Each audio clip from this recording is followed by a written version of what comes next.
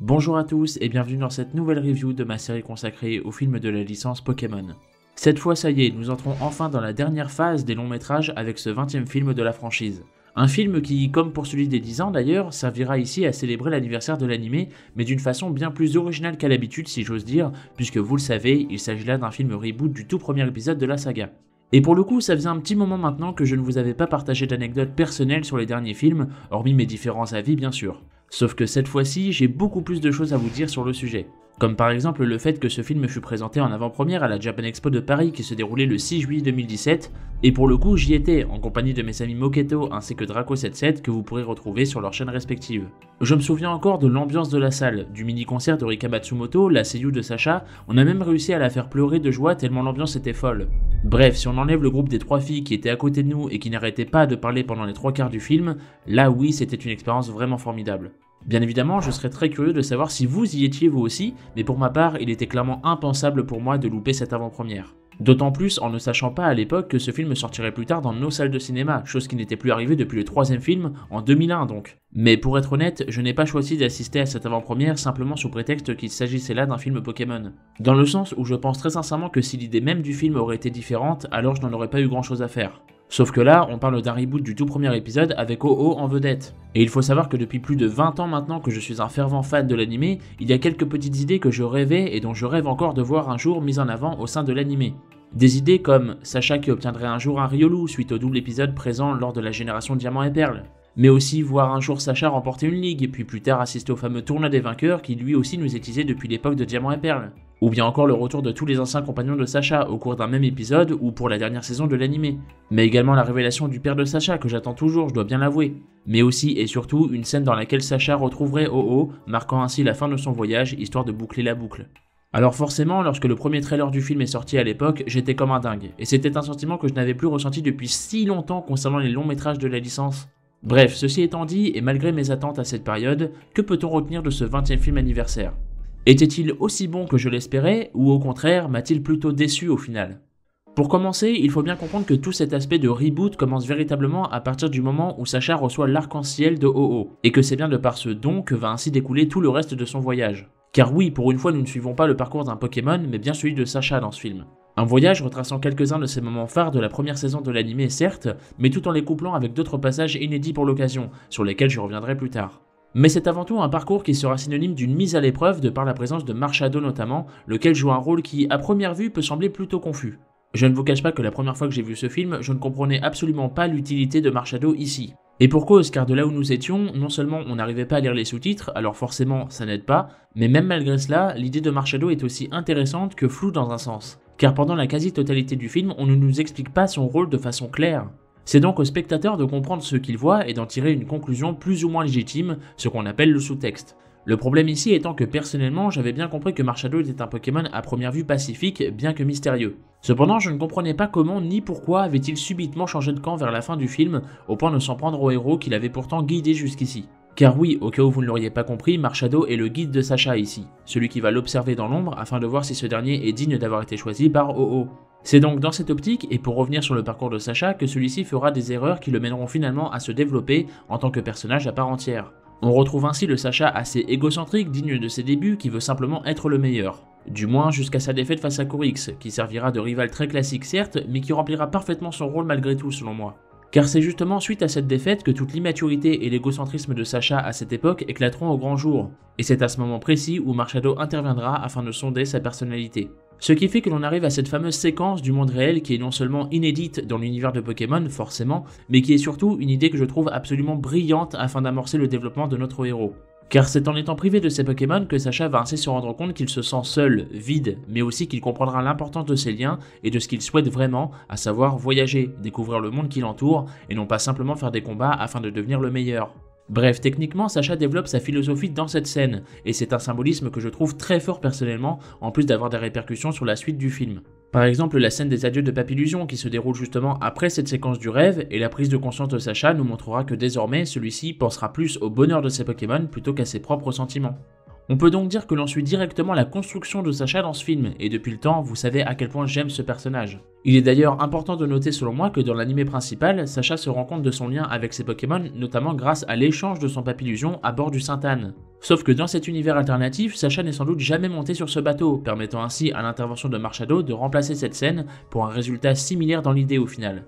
Mais bon, vous l'aurez compris, le rôle de Marshado ici était donc de guider Sacha tout en vérifiant que celui-ci avait bien les qualités requises en tant que héros arc-en-ciel, à savoir celui qui est destiné à retrouver Oh-Oh. Alors certes, je vous l'accorde, c'est mine de rien un rôle plutôt générique au final que n'importe quel autre personnage aurait très bien pu remplir à sa place.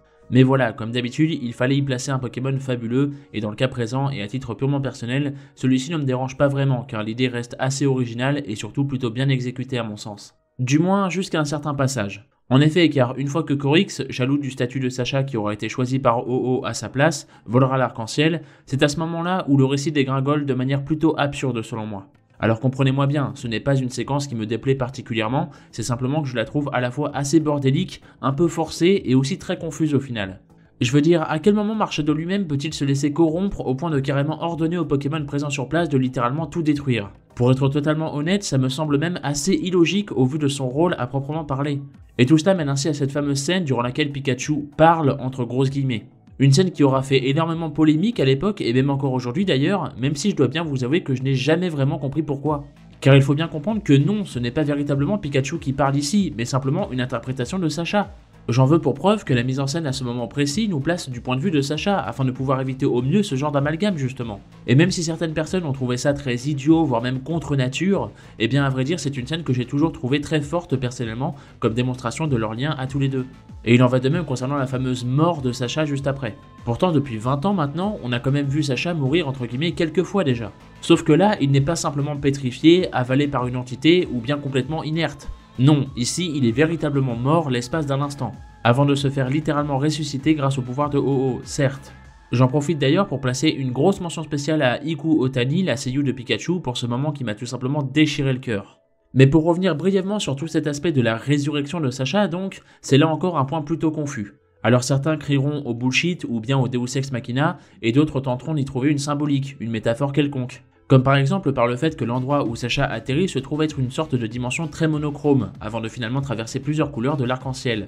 Sous-entendu donc que c'est ici le pouvoir de Oh-Oh qui permettra à Sacha, de par sa connexion avec celui-ci et en tant que héros arc-en-ciel, de ressusciter comme le veut la légende du Pokémon. Au final, on ne sait pas vraiment, et encore une fois, ça n'est pas très clair. Mais c'est une justification qui me plaît bien personnellement, et qui contribue également à tout ce mystère autour de Oh-Oh. Car dans l'animé, il faut bien se rendre compte que celui-ci n'est réapparu qu'à 3 reprises depuis le premier épisode. Et cela permet justement de garder cet aspect très mythique qu'il incarne à mon sens.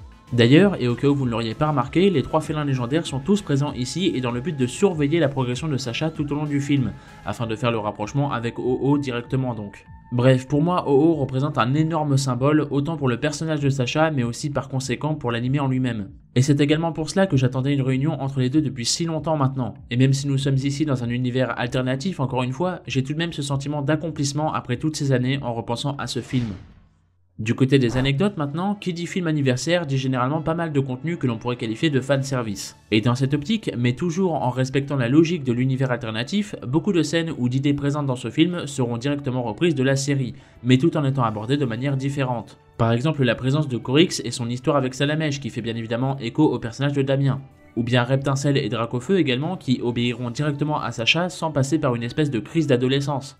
D'ailleurs, aviez-vous remarqué que les deux personnages qui s'affrontent au tout début du film sont en vérité Nisha et Cory, deux personnages provenant du tout premier film. Mais on peut également revenir sur quelques changements notables au niveau des attaques des différents Pokémon de Sacha. Pikachu par exemple connaît déjà que de fer dans ce film alors qu'au sein de la série, il ne l'apprendra pas avant son arrivée dans la région de Hoenn. Reptincelle de son côté connaît déjà Frappe Atlas alors que de base, il ne l'apprend qu'après avoir évolué en Dracofeu. Ce dernier connaît d'ailleurs Coupe ici, une capacité qu'il ne maîtrisera pas avant son retour au sein de la génération noir et blanc. Et enfin, Papillusion quant à lui connaît l'attaque Tornade dans ce film, alors qu'il ne l'a tout simplement jamais appris de toute la série. Du côté de la Team Rocket maintenant, Culbutoke apparaît à leur côté à la toute fin du film alors que Jessie est censé l'avoir récupéré une fois arrivé dans la région de Johto. D'ailleurs, et pour revenir très brièvement sur l'utilisation du groupe dans ce film, certes celui-ci est complètement effacé et dans un certain sens c'est assez dommage. Cependant, et selon moi c'est plutôt une bonne chose au final car leur présence à outrance aurait clairement pu ruiner le rythme du film à plusieurs moments et ce de manière assez inutile, chose qui n'était clairement pas nécessaire ici. Après tout, ce film est exclusivement centré sur le parcours de Sacha pour une fois, et dans un tel contexte, oui je suis désolé, mais on s'en fout royalement de la Team Rocket à mon sens. Sachez également qu'en tant qu'adaptation plus moderne de la série originale, ce film intégrera quelques corrections provenant des jeux les plus récents, comme par exemple la différence entre les espèces chez Papillusion, qui est plus détaillée au niveau de leurs ailes pour mieux correspondre aux femelles. Ou encore la tenue d'Erika, qui est ici basée sur son design des versions rouge-feu et vert-feuille, contrairement aux épisodes de la première saison. D'ailleurs, on peut noter le fait que dans ce film, Sacha affronte et bat Erika afin d'obtenir son badge prisme, à l'inverse de la série comme pour la plupart des champions d'arène à cette époque. Alors je tiens à le préciser, mais évidemment ce film est rempli d'encore beaucoup d'autres exemples de la sorte. Je vous ai simplement fait un choix assez sélectif de ceux que j'ai jugés les plus pertinents à vous partager à mon sens. Le plus important ici étant selon moi qu'il faut bien garder en tête que ce n'est pas simplement du fanservice gratuit comme on pourrait le voir sur d'autres œuvres. Car ici non seulement l'aspect fanservice est assez dilué et plutôt bien réparti, mais aussi bien moins présent que ce qu'on aurait pu croire au premier abord. Et surtout, il est mieux amené car la plupart des scènes réutilisées notamment servent à l'intrigue du film, comme on a justement pu le voir avec la séquence des adieux envers Papillusion encore une fois. Bref, pour revenir aux anecdotes, sachez qu'avec ce film, tous les Pokémon légendaires et fabuleux de la seconde génération auront enfin obtenu un rôle majeur au sein des différents films de la licence. Et oui, car depuis le film 13 et jusqu'ici, il manquait Oh-Oh. De plus, ce film marque la première fois où l'anime nous montre un Pokémon mort et qui ne reviendra pas par la suite, en la personne de Luxray donc, vous l'aurez compris. Mais il s'agit également là du premier film depuis le 4ème centré sur Celebi à ne pas commencer par la fameuse introduction nous présentant le monde des Pokémon, puisque cette dernière sera placée en fin du film et non au début, afin de souligner cette cassure avec les précédents, toujours dans cette idée de l'univers alternatif. Maintenant, j'imagine que certains parmi vous trouveront que ce film possède également un aspect nostalgique très prononcé, que ce soit grâce aux différentes scènes reprises de la première saison, ou bien encore de son générique remixé pour notre version française. Mais si jamais vous l'ignoriez, sachez que c'est encore plus flagrant dans la version japonaise, puisque cette dernière contient énormément de musique remixée datant de la première saison là encore. Malheureusement, et comme à l'habitude depuis quelques films maintenant, les musiques du film pour notre version française auront tout bonnement été remplacées, chose qui est vraiment incompréhensible pour le coup, étant donné que nous avions eu droit à ces mêmes musiques déjà à l'époque. Je pense notamment, et encore une fois, à la fameuse scène des adieux de Papillusion par exemple, qui possède exactement la même musique qu'à l'époque dans la version originale du film, ce qui rend la scène tellement plus puissante et impactante que la nôtre, malheureusement. Mais c'est également le cas concernant le générique de fin du film, qui bien évidemment pour nous sera une musique originale, tandis que les Japonais, eux, auront ainsi eu la chance d'avoir une merveilleuse reprise d'Oration, la musique phare du 10e film de la licence. Et ce n'est plus un secret pour personne désormais qu'il s'agit là de mon film préféré. Alors forcément, oui, je suis encore très frustré par le fait que nous n'ayons pas eu droit à ne serait-ce qu'une simple version traduite de celle-ci au moins. D'ailleurs, et pour finir sur ce point-là, je me souviens encore de l'énorme ovation au sein de la Japan Expo lorsque les anciens compagnons de Sacha sont apparus lors du générique de fin. C'était tellement génial comme moment. Et enfin, maintenant que je ne peux plus vous demander si ce film ainsi que les prochains seront canons ou non pour des raisons évidentes, je vous propose à la place de découvrir quelques petites anecdotes bien croustillantes provenant directement du directeur des films Pokémon, à savoir Kunihiko Yuyama, concernant la production même de ce film. En effet, lors d'une interview datant de quelques mois après la sortie japonaise du film, celui-ci a ainsi répondu à quelques questions. Par exemple, le fait que si Ondine et Pierre n'étaient pas présents au sein du film, c'est tout simplement car celui-ci se déroule à une époque et dans une dimension différente de celle de la série. Il explique également que pour lui, le temps ne s'est pas écoulé depuis que Sacha est parti en voyage. Par conséquent, il a et aura toujours 10 ans malgré les apparences. De plus, Yuyama a également répondu à la fameuse question universelle concernant la mère de Justine, qui serait présumément Cynthia d'après les fans. Eh bien figurez-vous que non, il ne s'agit pas de Cynthia pour la simple et bonne raison que nous sommes dans un autre univers encore une fois, mais aussi car leur couleur de cheveux est légèrement différente. Cependant, il confirmera que l'institutrice de Sacha au sein de son rêve est bel et bien Agatha, celle que l'on connaît habituellement comme faisant partie de l'Elite 4. D'ailleurs, et puisque l'on en parle, sachez que le rêve de Sacha se déroulant dans le monde réel était à la base une idée qui devait être utilisée pour le 10e film, dans lequel Sacha, après avoir été pris par l'attaque Trou Noir de Darkrai, se serait ainsi retrouvé dans un monde sans Pokémon. L'idée aura cependant été écartée à ce moment-là pour être finalement reprise ici pour ce 20e film. Et pour terminer sur le point des anecdotes, aviez-vous remarqué que lors de la séquence durant laquelle Sacha revient littéralement à la vie, plusieurs couleurs se suivent et celles-ci représentent justement les différents jeux de la première génération, à savoir rouge, vert, jaune et bleu. Pour conclure, c'est un film qui, à mon sens, représente une certaine lettre d'amour pour tout fan de l'anime, que ce soit de par ses idées ou encore de sa réalisation. Sur ce point-là d'ailleurs, ce film est très certainement le meilleur de la licence à ce jour d'un point de vue purement technique, au vu de ses immenses et très nombreux Sakuga. Sachez par ailleurs qu'un animateur français a participé à l'animation du film, à savoir Alexandre Gomez, plus connu sous le pseudonyme de Sanda. Alors bien évidemment, ce film contient malgré tout quelques lacunes, comme des situations quelque peu confuses, comme j'ai pu l'évoquer plus tôt, ou encore certains points malheureusement trop peu exploités, comme par exemple les personnages de Justine et Honoré. A vrai dire, je ne les avais pas évoqués auparavant, tout simplement car il n'y a pas grand chose à en dire selon moi. Mais c'est tout de même dommage que ces personnages soient issus de cet univers alternatif, tout simplement car je trouve qu'ils ont mine de rien une bonne alchimie avec Sacha, ce qui fait que j'aurais vraiment aimé les revoir par la suite. Malgré cela, je pense que ce qu'il faut surtout retenir de ce film, c'est que celui-ci a vraiment voulu apporter un changement à la formule. Un constat assez surprenant mine de rien, et d'autant plus au vu du speech de base, via lequel on aurait clairement pu penser à un simple reboot assez feignant et qui aurait complètement pu se reposer sur ses acquis habituels. Mais au final, c'est plutôt l'inverse qui s'est produit, car je pense que ce film apporte avec lui son lot de surprises et d'innovations, tout en cherchant à s'émanciper de la formule classique dans laquelle il était devenu plus que compliqué d'y apporter de tels changements. Et dans un sens, et grâce à cela surtout, ce film laissera son empreinte et marquera un tournant dans la lignée des longs métrages de la franchise selon moi. Encore une fois, c'est un film plus surprenant qu'il n'y paraît. J'insiste sur ce point-là car certes, on y retrouve également certains passages bien emblématiques de la licence bien sûr, mais ce film ne tombera malgré tout jamais dans ses travers, de vouloir trop en rajouter, ou bien encore trop forcer sur la corde nostalgique, ce qui est une très bonne chose à mon sens. Bref, c'est exactement tout ce que j'aime et ce que je voulais voir en imaginant cette fameuse intrigue autour de Oh-Oh que j'attendais au point où je n'y croyais même plus pour tout vous dire.